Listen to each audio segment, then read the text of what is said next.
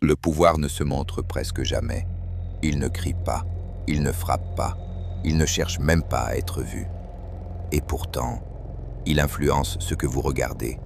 Il structure ce que vous pensez possible. Il définit les règles sans jamais apparaître dans le jeu. Le véritable pouvoir n'a pas besoin d'autorité visible. Il a seulement besoin d'être accepté comme normal. Pendant longtemps, le pouvoir était identifiable. Un roi, une armée, une frontière, une hiérarchie assumée. On savait qui décidait, on savait qui dominait. La force était visible, parfois brutale, parfois spectaculaire. Mais aujourd'hui, le pouvoir ne disparaît pas. Il évolue. Il devient plus discret, plus diffus, plus structurant.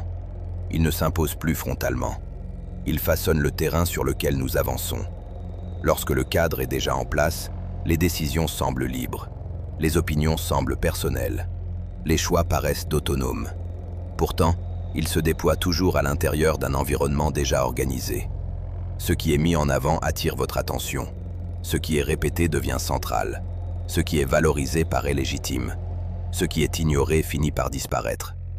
Une idée n'a pas besoin d'être imposée par la force. Elle doit seulement être visible. À force d'exposition, elle devient familière. Et ce qui est familier paraît plus crédible. Progressivement, ce qui était une opinion parmi d'autres devient une évidence. Et une évidence ne se discute plus. Ce mécanisme est d'autant plus efficace qu'il est rarement perçu.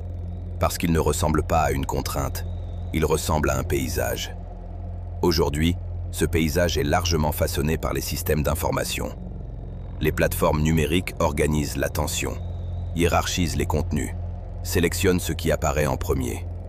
Vous pensez naviguer librement, mais ce que vous voyez a déjà été filtré. Un système apprend ce qui capte votre regard, ce qui déclenche vos réactions, ce qui vous retient quelques secondes de plus, ce qui retient l'attention est mis en avant. Ce qui est mis en avant semble important, et ce qui semble important structure progressivement votre perception du monde. Sans contrainte directe, l'environnement se resserre. Le pouvoir moderne ne vous ordonne pas quoi penser. Il rend certaines idées plus visibles que d'autres, plus attractives, plus présentes. Il n'interdit pas toujours. Il rend simplement certaines options improbables, moins accessibles, moins mises en lumière. Ce mécanisme repose sur quelque chose de profondément humain. Nous cherchons la validation sociale. Nous observons ce qui semble majoritaire. Nous interprétons la répétition comme un signal de fiabilité. Une opinion répétée paraît plus stable. Une idée largement partagée semble plus sûre. Une position populaire paraît plus raisonnable. Et plus une idée semble normale, moins elle est remise en question. Vous n'avez pas besoin d'être forcé pour suivre un mouvement. Il suffit qu'il semble dominant. Il suffit qu'il semble logique. Il suffit qu'il semble partagé par un nombre suffisant de personnes. Lorsque tout autour de vous pointe dans la même direction, choisir autrement demande un effort supplémentaire. Et l'esprit humain économise l'effort. Le confort de la normalité est souvent plus séduisant que l'inconfort du doute.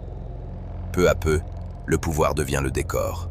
Un décor stable, un décor permanent, un décor qui paraît naturel. Et lorsqu'un décor est permanent, on cesse de le remarquer. On cesse de l'interroger. On cesse de s'en distancier. La vraie question n'est donc pas seulement « qui détient le pouvoir ?». La question est « comment ce pouvoir structure-t-il ce qui vous semble évident ? Quelles informations apparaissent en premier ? Quelles idées sont répétées ? Quelles normes deviennent implicites ? Car le pouvoir invisible ne fonctionne pleinement que lorsqu'il est intégré sans résistance. Il ne disparaît pas. Il change de forme. Il devient systémique. Il devient environnemental. Il devient invisible. Et plus il devient invisible, plus il devient efficace. Si vous voulez réellement exercer votre liberté, la première étape n'est pas de vous opposer, c'est d'observer. Observez ce qui vous paraît évident. Observez ce que vous considérez comme naturel. Observez ce que vous n'avez jamais pris le temps de questionner. Car ce n'est pas le pouvoir visible qui structure le plus profondément votre réalité. C'est celui qui ne se montre jamais.